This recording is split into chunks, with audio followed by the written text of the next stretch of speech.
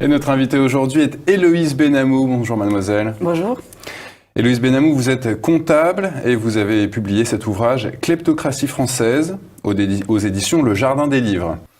Alors, vous commencez votre ouvrage par cette déclaration « Le capitalisme financier gouverne la France ». Ça existe ça, le régime bancaire ? Le régime bancaire. Alors, ce que j'explique dans le livre, d'une part, c'est que traditionnellement, on considère le capitalisme comme les moyens de production, etc. Alors que le capital, c'est ce qui oblige la société à faire des bénéfices. C'est pour ça aussi que je distingue le capitalisme financier du reste de l'économie. Parce que toute l'économie lui est assujettie. Donc, toutes les entreprises bancaires qui ont été privatisées et libérées de tout contrôle public constituent un pouvoir, oui. Un pouvoir, c'est le pouvoir de la monnaie qui s'exerce sur l'ensemble de la société, oui. Vous évoquez le terme de conglomérat dans votre ouvrage. Est-ce que vous pouvez revenir sur cette notion ? Conglomérat bancaire. Oui.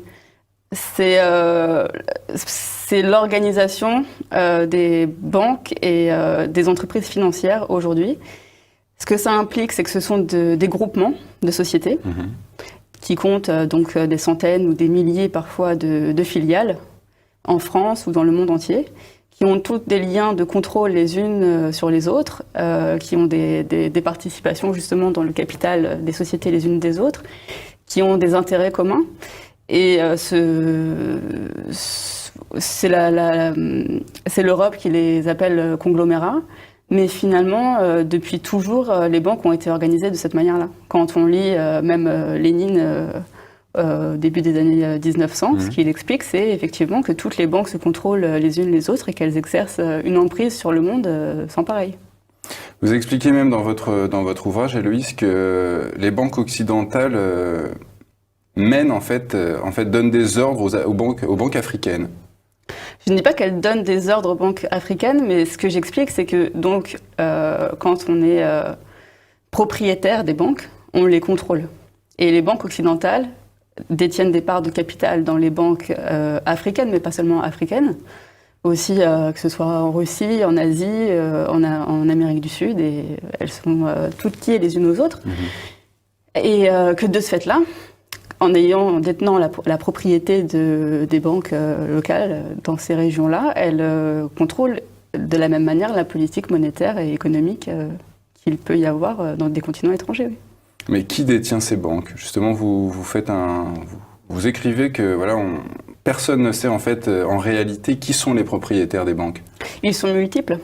C'est-à-dire que vous pouvez avoir des petits porteurs qui sont seulement des investisseurs, qui investissent pour avoir un droit économique, un dividende sur leur investissement. Et puis, vous avez de grosses sociétés bancaires, financières ou d'autres qui sont aussi propriétaires et qui, là, exercent vraiment un contrôle sur le fonctionnement et la marche des banques. Donc, pour répondre à cette question-là, la propriété du système bancaire et financier, c'est un sujet qui est très complexe. Il y a aussi un secret de l'actionnariat qui fait qu'on ne peut pas avoir une liste de tous les actionnaires et savoir qui détient quoi exactement. Mais c'est quelque chose qui est participatif où tous les acteurs sont liés les uns aux autres.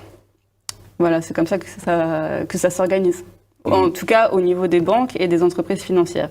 Il y a aussi ce qu'on appelle des chambres de compensation qui interviennent pour justement stocker les échanges entre les différents agents et qui contrôlent tous les flux qu'il peut y avoir sur le marché monétaire et financier.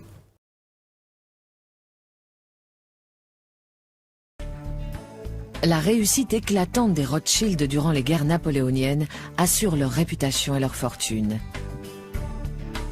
Elle marque aussi la naissance d'un nouveau concept dans la finance, car auparavant les gouvernements n'avaient que peu d'options pour réunir des capitaux. Vous pouviez soit augmenter les impôts, soit dévaluer votre monnaie. Et aucune de ces solutions n'est très séduisante. Les Rothschild viennent d'inventer une troisième méthode. Un gouvernement peut contracter un emprunt auprès d'un organisme privé, comme une banque ou un particulier, en échange d'un titre promettant au prêteur de le rembourser avec des intérêts. Ce fut un moment très important dans la formation des marchés modernes des capitaux. Pourtant, même cette contribution très importante ne suffit pas à faire accepter les Rothschild par les milieux bancaires européens. Quand les financiers sont invités à accorder des prêts très lucratifs pour que la France puisse se reconstruire après la guerre, ils ne sont pas sollicités. À la fin des guerres napoléoniennes, c'est la plus riche famille d'Europe. Et pourtant, à la signature des traités de paix, les Rothschild sont tenus à l'écart. On ne leur donne pas la place d'honneur. Ils sont toujours des nouveaux venus. L'envie et le ressentiment envers les Rothschild et leur fortune s'expriment dans la presse populaire de manière encore plus directe. De nombreux dessins et caricatures ont été publiés. L'un d'eux montre par exemple Nathan Rothschild debout sur des pièces d'or. C'est le genre d'image que le public avait. Les insultes et le mépris ne font que renforcer la détermination des Rothschild. Malgré leur puissance croissante, ils doivent sans cesse faire face à l'antisémitisme.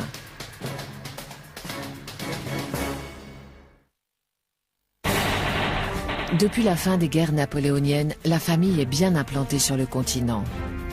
Nathan et James dirigent les branches de Londres et Paris et sont devenus deux des hommes les plus riches d'Europe. Malheureusement, le patriarche Mayer Amschel n'a pas vécu assez longtemps pour assister à leur réussite. Il est mort en 1812 à 69 ans. Pourtant, son héritage perdure. Un accord de partenariat conclu avec ses 5 fils 2 ans plus tôt préserve son entreprise, mais leur impose certaines conditions. La maison Rothschild ne devait pas être divisée entre les garçons. Elle devait rester une entité et chaque fils en avait une partie. Aucune place pour les femmes. La succession passait par les fils. Aucune place non plus pour les étrangers à la famille, pour les gendres ou pour les non-juifs. Pour tout dire, les Rothschild sont tellement résolus à garder l'entreprise dans la famille qu'ils se marient même entre eux. C'était douloureux de donner une dot pour marier une fille. Alors c'était une bonne solution de la verser à un frère ou un cousin qui était aussi un partenaire en affaires. C'est ainsi que James, en France, épouse sa nièce Betty et que le fils de Salomon, Anselme Salomon, se marie avec sa cousine Charlotte. Sur 18 mariages, il y a eu 16 unions endogames. Pour un Rothschild, l'épouse parfaite était une Rothschild. Maintenant que leur partenariat est scellé, les 5 fils se déploient en Europe pour créer le premier réseau bancaire multinational. Dans les années 1820, Amschel reste à Francfort, tandis que Salomon s'installe à Vienne, Karl à Naples, avec Nathan et James toujours à Londres et Paris.